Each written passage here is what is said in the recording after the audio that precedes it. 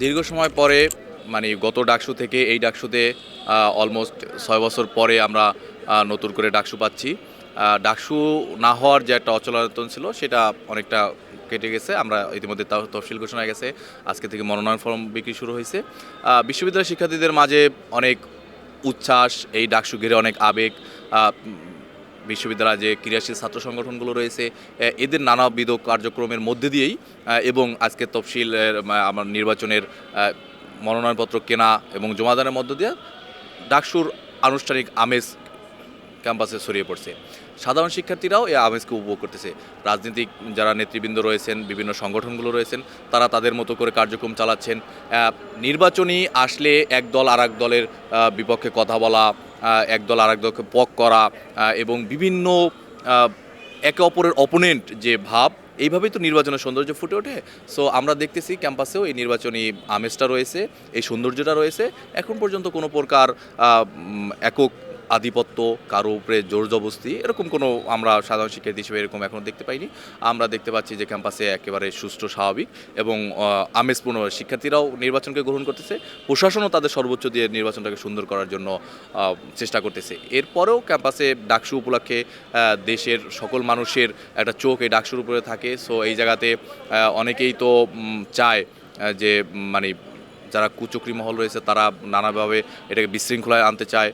So এই জায়গাতে আমার মনে হয় ক্যাম্পাস, প্রশাসন এবং সাধারণ শিক্ষার্থী উভয় মানে তিন গ্রুপই এবং পলিটিক্যাল পার্টি যারা রয়েছে তারাও সবাই মিলেই ডাকসুকে সুন্দর করার আমেজে রয়েছে। আমার মনে হয় না কোনো পক্ষই এখানে মানে অসদাচরণ বা কেউ এটা চাচ্ছে না, অসহযোগিতা আসলে কেউ করতেছে না। আচ্ছা, জনাব আবু বকর, আপনি সদ্য সাবেক আইটি প্রেসিডেন্ট, ঢাকা বিশ্ববিদ্যালয় আইটি ক্লাবের প্রেসিডেন্ট ছিলেন। আপনার কাছে আমার প্রশ্ন হলো, আপনার আইটি ক্লাব বা সায়েন্স ক্লাব যেগুলো এই ধরনের সংগঠনগুলো আছে, তারা কেন এই ডাকসু ভোটকে বা ঢাকা বিশ্ববিদ্যালয়ে যে ভোটগুলো হচ্ছে বা বিভিন্ন সংগঠনের ভোটগুলো হচ্ছে, যেটা প্রতিনিয়ত হচ্ছেই, তো এগুলোকে আধুনিকরণের জন্য কোনো উদ্যোগ কেন নিচ্ছে না? যেমন নির্বাচন ব্যবস্থার কথা বলেন, সেখানে ইভিএম আসতেছিল, কোথাও কোথাও অন্যান্য অনলাইন প্রযুক্তি, অনলাইন পদ্ধতি। এই ক্ষেত্রে ঢাকা বিশ্ববিদ্যালয়ের মতো একটা প্রতিষ্ঠান কি কোনোভাবে এই নির্বাচন ব্যবস্থাকে উন্নতকরণ প্রযুক্তির সহযোগিতায় করতে পারে না, বা করার পরিকল্পনা রাখা কি উচিত নয়? দেখেন, আপনি অবশ্যই বাস্তব একেবারে মানে বাস্তবিক একটা কথা বলছেন যে নির্বাচনগুলোকে একেবারেই আমরা ইভিএমের মাধ্যমে বা পুরোটাই ডিজিটালাইজেশন কেন করতেছি না।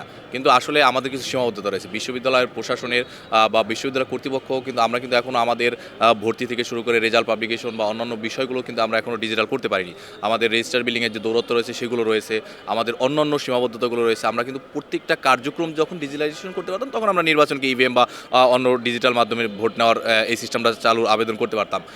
এক্ষেত্রে দেশের অন্যান্য নির্বাচন এবং রাজনৈতিক প্ল্যাটফর্মে ডাকসু নির্বাচনের আপাতত মানে বিশ্ববিদ্যালয়ের প্রেক্ষিতে, দেশের প্রেক্ষিতে যেহেতু নর্মাল মানে কাগজে ব্যালটে ভোট হচ্ছে, সো এটা মানে আমরা সবাই ওয়েলকাম জানাচ্ছি, এটা স্বাগত। এখনই খুব বেশি ইভিএমের প্রয়োজনীয়তা অন্যান্য বিষয়ের তুলনায় আমরা এই চাহিদা করতে পারি, বা বিশ্ববিদ্যালয়ের দৃষ্টিকোণ থেকে বোধহয় এখনও এই সময় আসেনি, এখনও কাগজে ইভিএমে মানে কাগজে ব্যালটের মাধ্যমেই ভোট নেওয়া পসিবল। আরেকটা ব্যাপার হলো টিএসসির যে ঢাকা বিশ্ববিদ্যালয় আইটি সোসাইটি, এইটা হলো টিএসসির সামাজিক সাংগঠনিক সামাজিক সাংস্কৃতিক সংগঠনগুলোর একটি।